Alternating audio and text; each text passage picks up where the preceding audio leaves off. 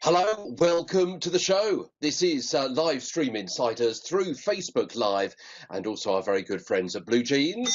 There goes the bell and here comes the clock, which signifies the latest live stream news from the last 7 days in the next 30 minutes. And my phone has just made its ping pong sound and just vibrated as well, which shows that we are live on air. Thank you so much indeed for watching. Oh, by the way, happy Mother's Day to you if you're in the part of the world which is celebrating Mother's Day today.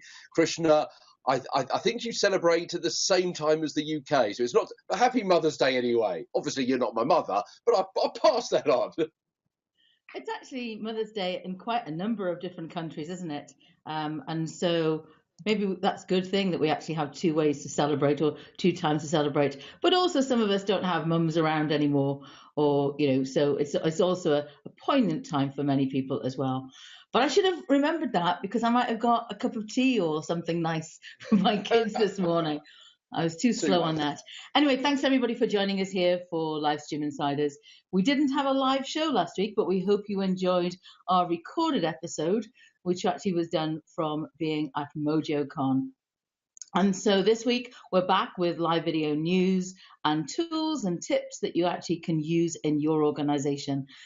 Peter's got some interesting news for you today in terms of some examples of news organizations, particularly in the UK. So you know that we like to pick up European examples about how they're using different platforms in terms of live video.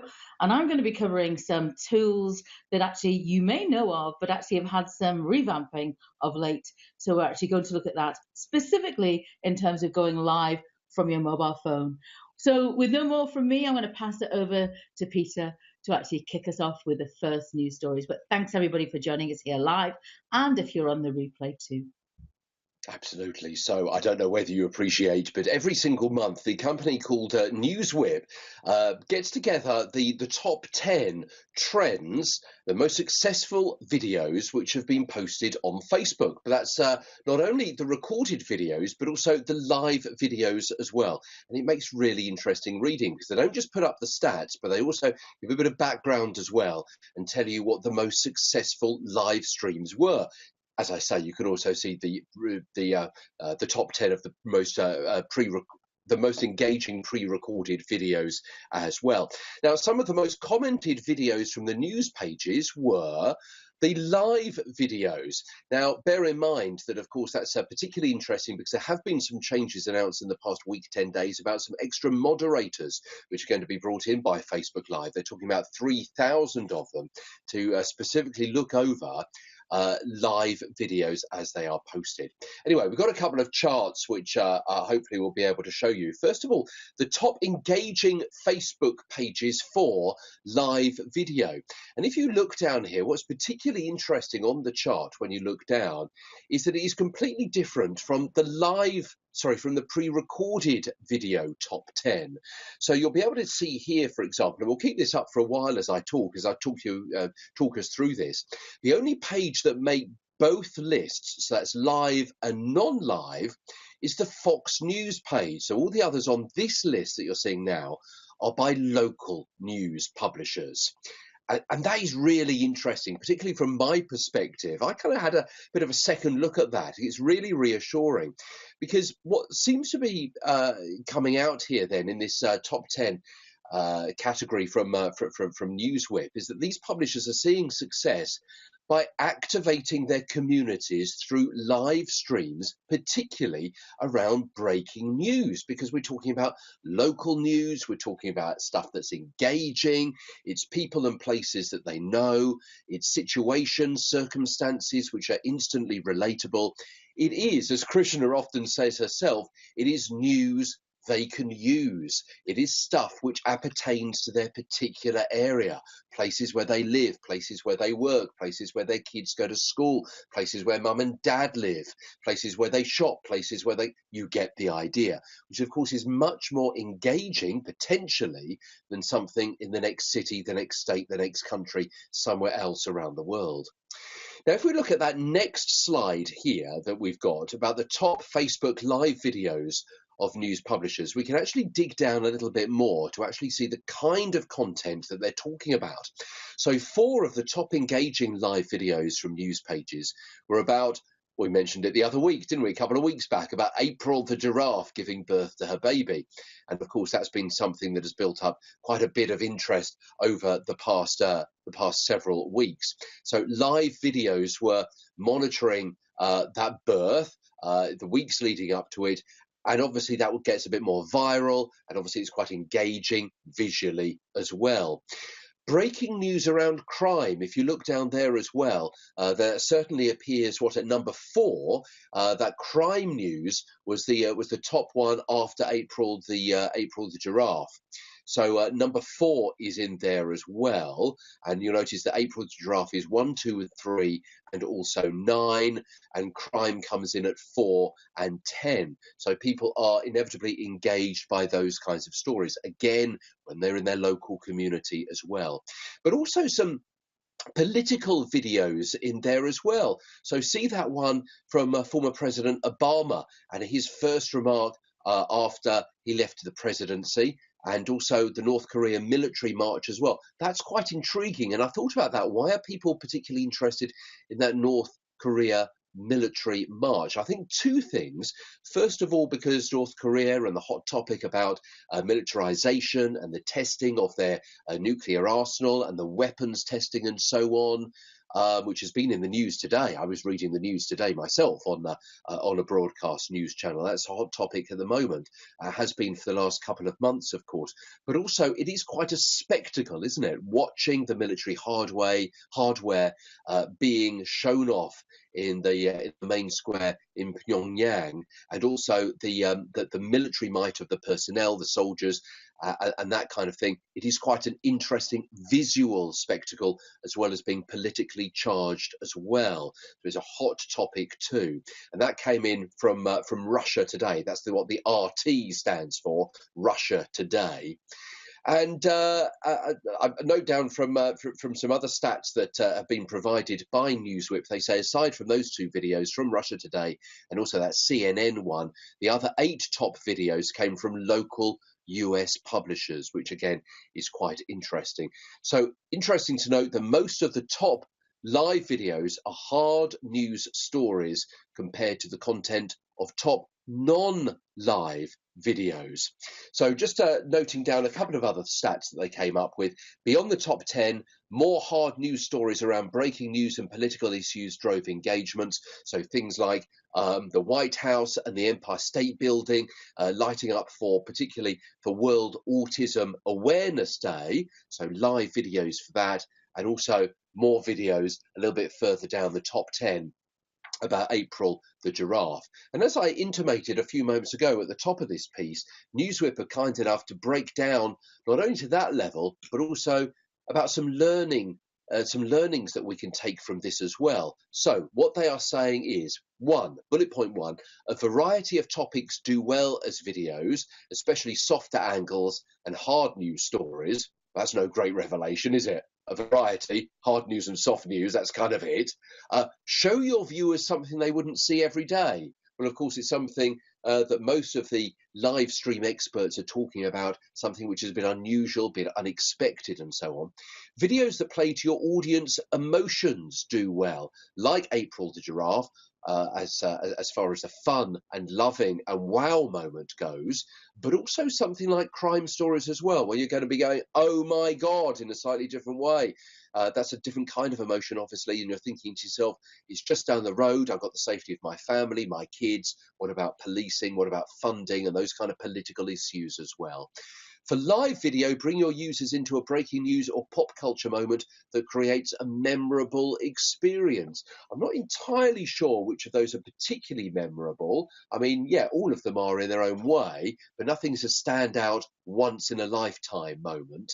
But also I think the comments, Krishna, that I made earlier on are particularly relevant and particularly interesting, which Newswhip didn't particularly pick up on or point out, and that is the fact that these are local news providers. So they're linking in with the area that you know, the area you live in, the area that you call home, the area that you've got an investment in, both financially, because of your home, your property, your job, your kids, your future, but also other things as well, the emotion that you've got. You know what? Particularly in the UK, a lot of people, I think there's the statistic, it's a little bit old and things may have changed, but people tend to live 15 to 20 miles away from mum, which is an appropriate quote for Mother's Day around the world. In other words, you tend to go back 15, 20 miles away from where you were brought up, because that's the area you know, the people you know, your infrastructure. And of course, when you've got kids as well, that's potentially where people are to help you bring up your kids, your brothers, your sisters, your mum, and so on. You've got that network. And of course, what that means is looking at live video, you've got that investment. You're particularly interested in those kinds of stories that reflect where you live your life. In terms of the fact of that local news, that's certainly something that I picked up from it. And I know we have much more of a diaspora, and certainly in Ireland, you've had a diaspora for a long time. But even then, you know, when I lived in Asia and I was working for my Irish-based company there, lots of people there would actually look to want to go home. And the same in terms of actually people do like to look to trace their roots. And for me, my roots are in two different continents, if I look at my parents, and then I've lived in other continents as well. And so I think we are often influenced and want to know about what's happening to us locally. And that's a really interesting insight, though, because you and I both know, and in fact, we actually have people who watch us here and participate in the community on Livestream Insiders who are local news reporters, you know, hyper local news. So that's really good news for them when we're actually thinking about Facebook Live and actually other live video platforms. It doesn't have to be just Facebook, but actually live video platforms for hyper local content. So it's a really interesting insight. And you know, you and I probably both know people who've gone and may have never left their home location, but others who have gone away and have come back, sometimes for family reasons as well. So but I think we just are genuinely interested in what's going on in our own backyard, as we say. Absolutely, or back home if you are somewhere else and you're working away. Your own hometown where you were brought up. I did a Facebook Live this week. I was driving back from a news story. Particularly pleased with the video, actually, because it's got about 25,000 views in 3 days, which is pretty mega for our neck of the woods. But I was driving back, and you know what? I passed a really cute, quaint country church. So I fired up Facebook Live. I went in off the hoof, and I just did a quick tour. It was only, I think it was 7 minutes around the inside of the church, and not so much the number of people that watched it, but the engagement of the people that watched it. And they were saying, I was brought up, I used to go to that church. My mum and dad were married in this church. Boy, thank you so much for coming to my area. I didn't know that you knew about us. And all of these things, which were, as I say, there weren't a huge amount of views, but the level of engagement with the comments and so on was really touching. So it is something. Hopefully I'm known a bit for doing live streaming and so on, but it is an aim of mine to do more live streams from my local community, just showing perhaps behind the scenes and also just some general views as well. So that's something that I've certainly picked up from MojoCon. Page on Facebook, obviously, which is actually from a fishing village that's very near where I lived. I mean, you could look out of our bedroom window and see the village. And I actually see that in my newsfeed because I've obviously been connected to it through friends, and then I actually decided to follow it myself. But it's like, even though I left there donkeys years ago, it's so nice to see. They also do what it was like then and what it's like now. And they haven't started doing Facebook Live. Maybe that's something they could actually be persuaded to do. Or if I ever head that way again, I actually might do something myself. But you're right, people love to be reconnected to where they were. So anyway, so enough of us talking about hyperlocal news. Thank you, everybody, for watching us here, being part of our conversation here for Livestream Insiders. So we've got coming up in the show a little bit later some examples of news organizations using live video in terms of what's going on, in terms of news that they're going to be bringing in the very near future, or some things that have just happened. So Peter's going to be talking about that. And what I'm going to be picking up this week is some apps that you might actually want to have a look at. So thank you, everybody who's joining us, and those particularly in terms of those of you who've shared our live stream here. We really appreciate you doing that, because we know not everybody can watch it in real time, and we actually know a lot of people like to come back to this later. So let's take a look at some platforms. Some of them I think you'll be familiar with, because the first two we've talked about previously, and we've had their CEOs on the show here at Livestream Insiders. But the first one I want to talk about is, in fact, an article that appeared in USA Today, which is really great news for two startups in the world of live video. And some of you might be using these platforms. So do let us know in the comments, do post about if these are platforms you've looked at. So the two platforms, if you can guess, that were picked up in USA Today by an article by Jefferson Graham. He does a tech show. And the two platforms were BeLive.tv and Smiletime. And the context of his article was about the fact that both of these platforms are available for us to host our own talk shows on. So he actually has a little podcast on the page that we'll be able to share in the notes afterwards for all the content. So if you haven't seen this, then you may want to take a look at it, particularly if they're platforms that you've looked at. So BeLive.tv, as you know, we've talked about over the months, has had lots of iterations and changes, and they've actually got an opportunity now where you can have up to 3 people coming on screen at the same time. Comments come in onto the screen as well. You actually can have an agenda, so it makes it really easy for you as a host to be able to manage that. And then Smiletime, we talked about Smiletime a few months ago, because they're actually running in a beta their app to be able to go live from your mobile. So that's what was launched this week. So if you go to the iOS store, you should be able to find that there's an update. So there was always an iOS app there, but there's an update where you can now go live in terms of on your mobile. So let me just share with you a couple of screenshots in terms of to actually bring this to life. So in this this particular thing that I've got here for you to see now, one was a captured from the article on USA Today, and that actually shows a BeLive stream that Jefferson was in. And the other one is a screenshot I took from a live stream that he did. So in that first case, he was using BeLive. In the second case, he used Smiletime, and he live streamed from the Smiletime headquarters. So that's available on Jefferson Graham's own Facebook page for you to go back and look at. So I just took a screenshot of that, and you can see there that actually he's interviewing a couple of people, or talking to a couple of people in that regard. So actually I went over and actually had a look myself at the Smiletime app. And so it gives me the opportunity to be able to go to Facebook Live, and I can go then to my page, or one of the pages I manage, or to my profile. And also it has trending hashtags, or I could put in my own description. So in this particular case, I actually was just doing a test, and I tested to my profile privately, and I also tested to a page. I actually did a test publicly, which I didn't mean to do, because I actually had some bugs in the app initially. So it didn't look like it was going live, but it actually had gone live.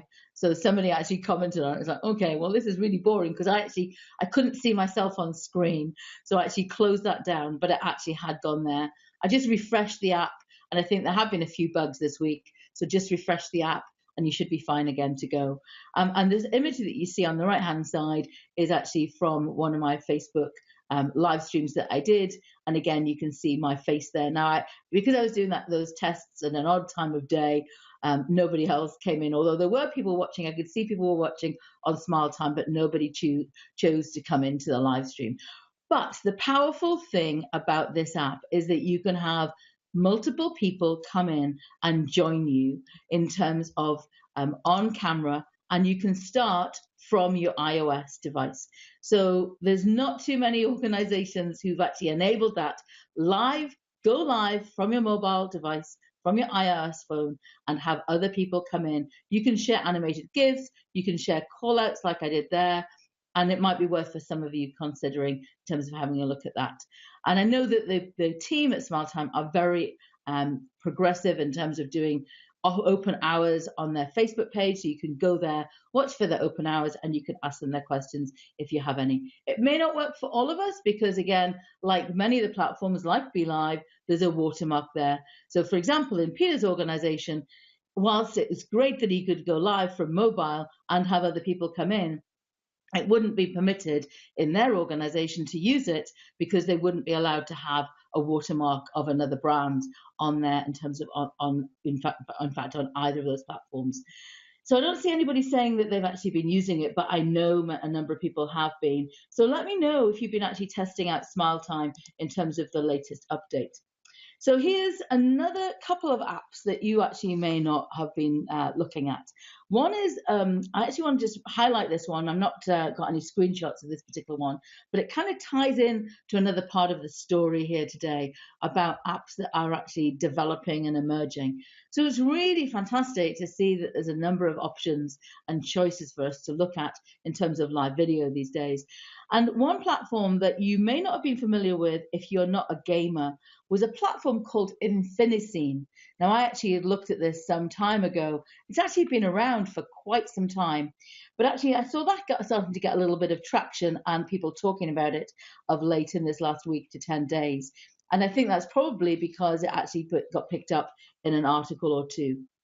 But Infiniscene have actually rebranded and it's called Go Lightstream. So golightstream.com. And they allow you to bring in things like lower thirds, images. You can also easily interview somebody as well. And it actually all works on your browser.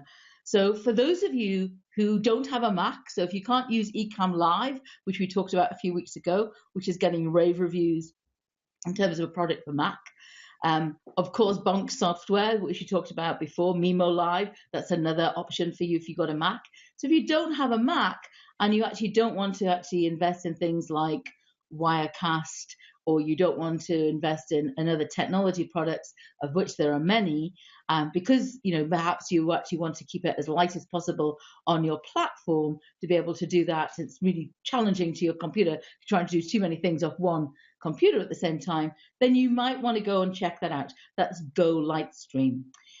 And interestingly, that was news that came up at the end of March about their rebranding. So I got a notification about that at the time. But another platform that changed at the end of March as well is a platform, again, this has had a press release done, which is how I think people have actually been picking this up. But it's in a platform that was originally called Vidi, and actually VIDIU. And actually they've rebranded as well back in March time again. And that was because they were getting some confusion with another app of the same name. So their name is Vidi, but VIDIH now. And this is only available at the minute on iOS. And you can use it for a couple of things. So it's completely free if you have an iOS platform. The thing that they actually announced or did recently back in March time was actually launch the ability to live stream with this mobile app.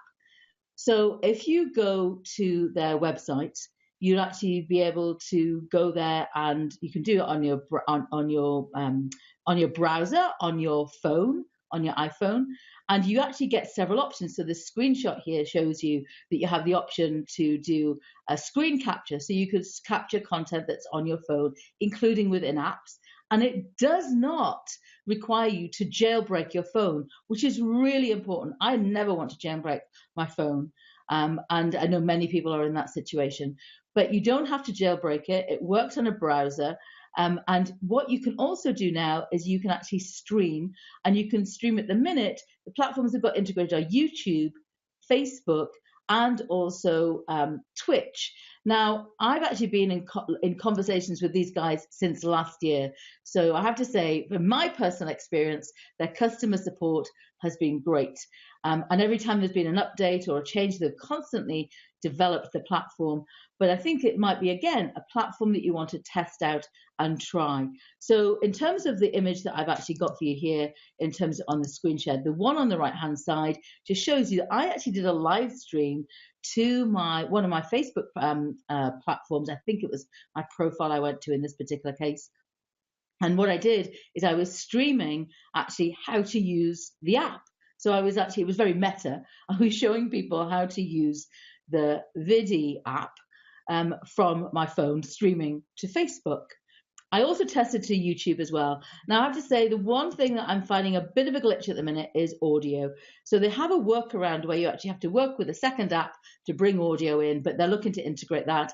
And on their program for actually development is also an Android app. But just thought that there were kind of two interesting options for us to consider, because there are some other options in terms of live streaming from your mobile device.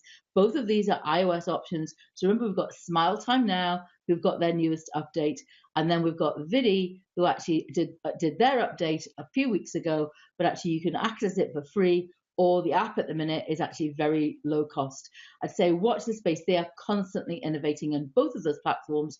And I don't know about you, Peter, but I welcome the fact there's more choices for us to look at, for us to be able to ultimately find the solution that's right for us based on what we're trying to do with live video. Absolutely, and I guess that some will drop off, but it's been really interesting to hear about those updates. So, Krishna, thank you for that. I was speaking to someone, a journalist from China, in the week, in fact, at an event at the BBC in London, and they were telling me about, I don't know whether you know, but there are so many live streaming apps in China. I said, yeah, I do know. We've been talking about that for a while, but it's really interesting to see that some more coming out. I've made a note down there to check some of those out. A couple of case studies to finish with at the end of our show. First of all, I don't know whether you're aware, elsewhere around the world, there is this thing called the Eurovision Song Contest. It is actually based on the collaboration of TV broadcasters around Europe, and it's the organisation through which we share different technologies and distribution systems and programs as well, right across Europe. Now, for various historical reasons, it's not just Europe, the continent. It also includes, bizarrely, places like Israel, which plainly isn't in Europe, and even Australia, which plainly isn't in Europe anyway. But it's been going for about 60 years, the Eurovision Song Contest. And what that means is essentially each country puts together a group, a band, to represent that country. There's a big performance, lots of rounds. Big finale was last night. Portugal won. UK came 15th place, which is pretty damn good for us. It does have to be said. We've won on a number of occasions. Why am I telling you this? Because earlier on in the week, the BBC correspondent Steve Rosenberg sat down at his piano and he was doing a request programme, and people could contact him on Facebook Live and suggest what songs from Eurovision he could actually play for them prior to that final in Kiev, Ukraine. And he played a whole load of different tunes for them. And I thought, hold on, why doesn't Steve Rosenberg, why doesn't anyone else at the BBC News, because it was done through the BBC News channel, as you can see, on Facebook Live, why didn't Facebook Live themselves kick him out for copyright violation? Yeah? I don't know. How did he get away with that? Presumably because it was a slightly different song, arrangement, because he was playing it on a piano rather than the actual pre-recorded song, replaying that the Facebook Live automated system did actually pick up exactly what it was. But very strange. I would not like to disrespect a BBC colleague or the organisation for whom I work, but that was very, very curious indeed. I'll leave it up to you to leave your comments there. Prime Minister there's another case study coming up, and I'm only smiling because I've got to be particularly careful about what I say now, and that is that obviously we've got a general election coming up in the UK in the next month, and Prime Minister Theresa May is going to be taking part in a live video question and answer session with a commercial TV broadcaster in the UK called ITV. That's been set up. It's going to be happening at 3 o'clock, 3 p.m. UK time, obviously on Monday, the 15th of May. So by my reckoning, that's tomorrow then.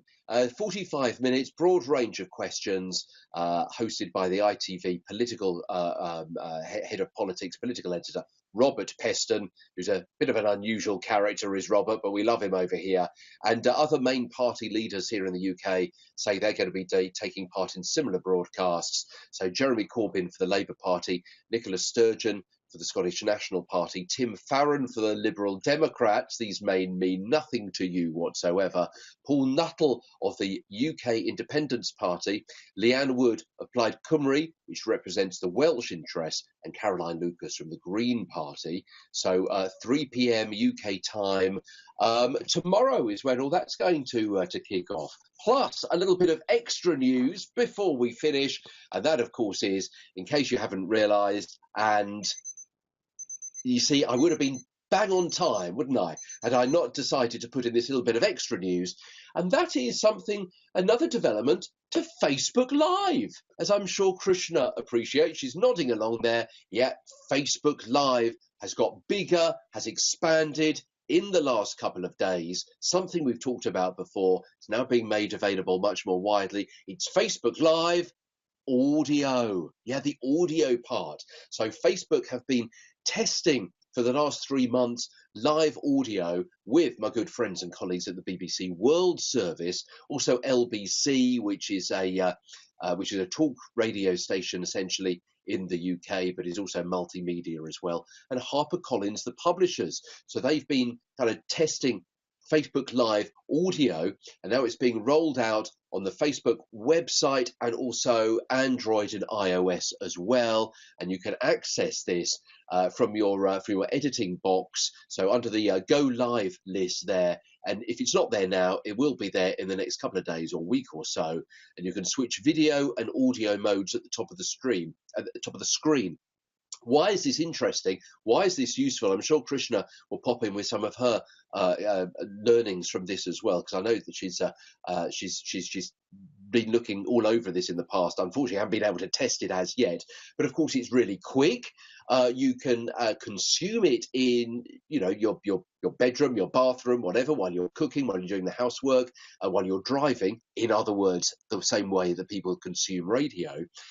It's fantastic for podcasts, of course, by any other name, a podcast, but also crucially, it's really useful if you need to get information out. If you're in a low bandwidth area, you don't have much of a signal, or if your consumers are in a low bandwidth area as well, or they've got to pay a lot for data coverage. So things like in developing countries where you can get your message out really quickly, perhaps it doesn't need video per se, perhaps it is a bit of a talking head show and you can just do it on audio instead. So that's something that perhaps we'll be looking at instead of maybe SoundCloud or Audio Boom and things like that we've I know used in the past. So there you are, a bit of a red button extra, a bit of a DVD extra for you there at the end of the show.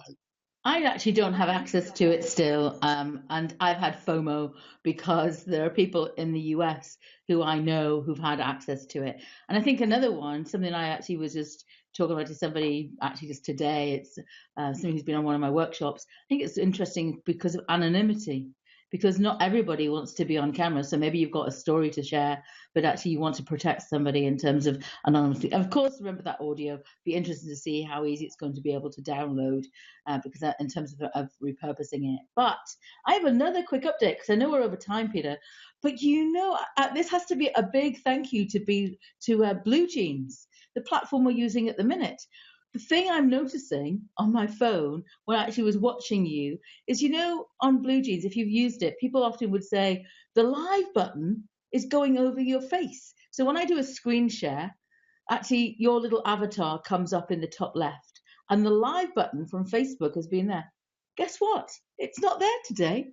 Let's hope it's not a bug, because therefore we could see your beautiful face, Peter, all the way through, and the live button stood at the top. So I'm going to pop over to that to the Facebook group for for Blue Jeans, because I know they've been working on some updates, and that was an update I think that many people wanted, because wasn't there, in fact, on the replays, but actually when it was live, obviously, it was disconcerting to people because they couldn't see your face when I'm sharing the screen.